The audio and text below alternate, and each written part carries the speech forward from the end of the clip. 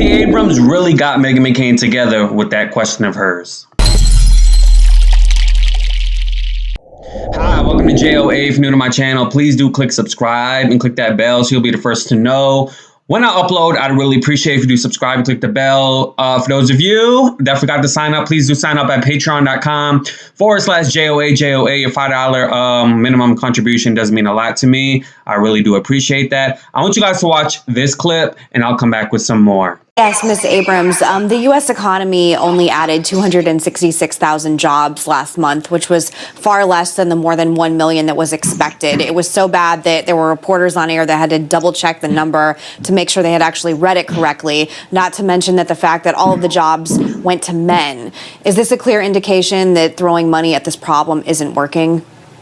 Actually, I would see it a different way. We know this is a complicated challenge, a pandemic that's affected the economy for women in devastating ways. And the notion that recovery would happen overnight is just, it's unfounded. Instead, what we're seeing are the combination of being able to survive the pandemic and start to build towards recovery. And I think that's why the American Jobs Plan and the American Families Plan are both so incredibly important, because it recognizes that the economy of care, which employs so many women, has got to be seen as an essential part of how we rebuild our economy, and that it is insufficient for us to simply focus on the more traditional masculine areas of the economy, recognizing that we have to have women in every area, but that in particular, women have been hardest hit, and therefore we need intentional engagement and intervention to rebuild it back more solidly. So I think there was actually a shocker with economists about how the turnout was going to be for jobs last month. They were expected to have 1 million jobs, but literally they only got about 200,000+ jobs in line. There's even fast food places that are having sign-up bonuses for people to come to work. You know, for example, Chipotle is now giving people 15 to 18 an hour. And within 3 years, you are able to become a manager and make 6 figures. And of course, they have their college reimbursement.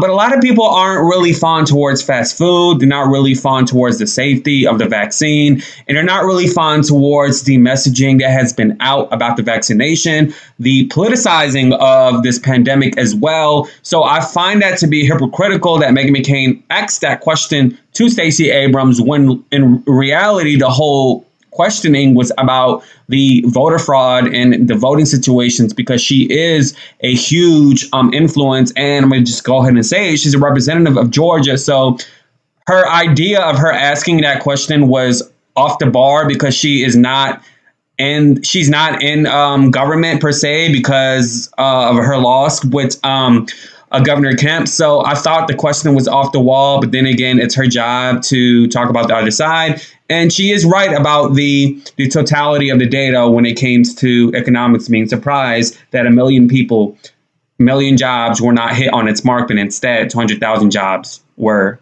hit on its mark instead. Out from the Labor Department, and they appear to show signs of a slowing economy recovery. We told you this morning, economists were forecasting as many as 1 million jobs added last month. Well, that didn't come true. Just 266,000 new jobs added in April. Now, remember, the economy added 916,000 jobs in March.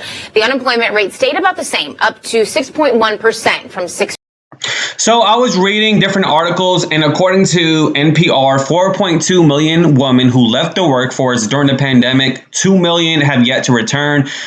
She argued the U.S. needs to do more to help people balance work and family life. Our policymaking has not accounted for the fact that people's work lives and their personal lives are inextricably linked, and if one suffers, so does the other. And this goes to the fact about, being a woman, having children, having kids being linked into being school, because, it's still a situation where, yes, kids aren't aligned with this virus, but they can carry it. They can carry the symptoms, but not feel it. They can be asymptomatic.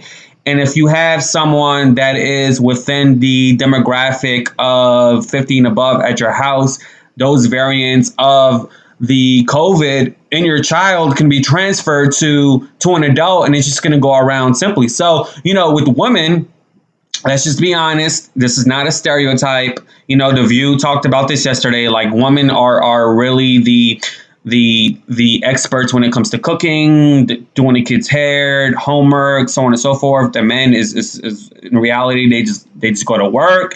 Not all men, some men, they do help with the kids and stuff like that. But so it's along with I said before in this video, you also got to consider the fact that, the primary duty of how women were built was to care for their children and to make sure the household is in check and is in need. And so the result of only 2 out of 4 million not being in the workforce, although that was expected, is not surprising to me at all.